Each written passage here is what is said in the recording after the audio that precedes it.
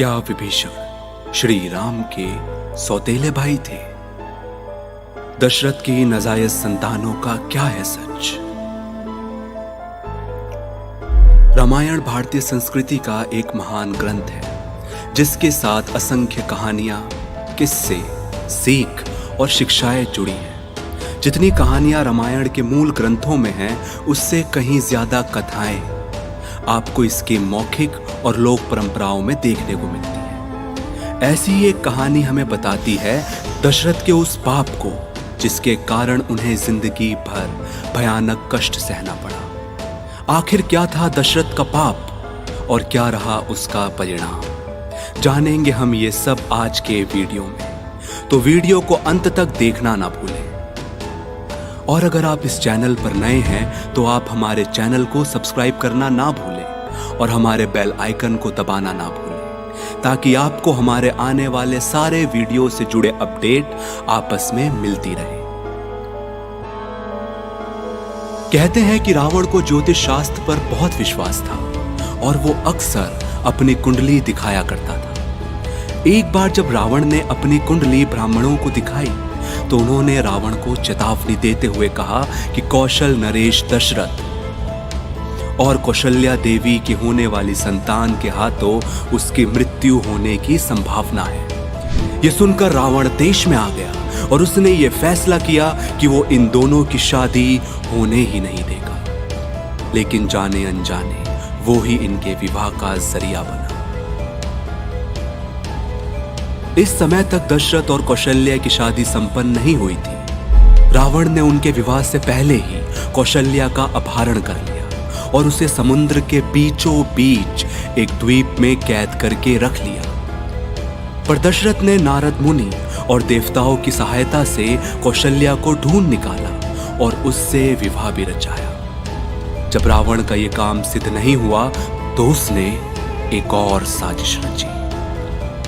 लंकापति रावण ने सुबक्षा नाम की मायाविनी राक्षसी को फुसलाकर कहा कि वो एक सुंदर स्त्री का रूप धारण कर राजा दशरथ के पास जाए और उन्हें अपने प्रेम के जाल में फंसा दे और समय आने पर अपनी मायावी शक्ति से दशरथ के शरीर का सारा वीर्य सुखा दे। सुबक्षा रावण के कहे अनुसार अयोध्या गई। जब वो वहां पहुंची तो राजा दशरथ शिकार खेलने जंगल में आए थे। शिकार ढूंढते ढूंढते वो काफी आगे निकल गए। तब किसी एकांत में उसकी मुलाकात सुबक्षा नामक उस राक्षसी से हुई। सुबक्षा का सौंदर्य रूप देख राजा दशरथ मोहित हो गए। दोनों में शारीरिक संबंध हुआ। इसी मौके का फायदा उठाकर सुबक्षा ने राजा दशरथ के शरीर का सारा वीर्य सुखा दिया। परंतु इस प्रक्रिया में सुबक्षा स्वयं गर्भवती हो गई और उसने एक बेटे और एक बेटी को जन्म दिया। सुबक्षा उन्हें लेकर लंका आ गई जहां रावण के पिता ने उन्हें अपनी संतान के रूप में अपना लिया।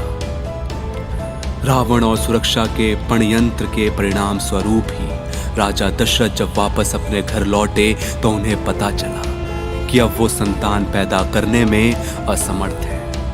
दशरथ को अपने किए पर बहुत पछतावा हुआ और उसने भगवान से प्रार्थना की कि वो उनका मार्ग प्रदर्शन करे।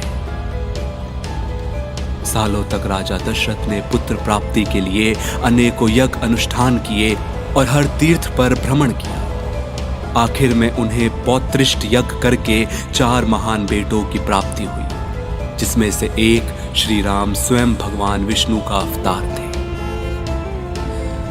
इससे पहले उनकी संता नाम की एक बेटी भी थी। इस तरह दशरथ की 4 संतानें नहीं बल्कि कुल 7 संतानें थीं। वहीं दशरथ और सुबक्षा के संगम से जिन बच्चों का जन्म हुआ उनका नाम था विभीषण और त्रिजाटा। इस हैसियत से विभीषण श्री राम के बड़े भाई और त्रिजाटा बड़ी बहन हुई। इस कहानी के अनुसार तो रावण भी श्री राम के रिश्ते में भाई साबित होते हैं, पर यह कहानी वाल्मीकि रामायण में पढ़ने को नहीं मिलती है और इसका अस्तित्व केवल लोक कथाओं में है। तो कैसी लगी आपको हमारी ये जानकारी? हमें कमेंट सेक्शन में जरूर बताएं। हमारी ऐसी ही सच्ची और रोचक कहानियां जानने के लिए हमारे चैनल से जुड़े रहिए। आप देख रहे हैं द भक्ति, क्योंकि भक्ति में ही है असली शक्ति।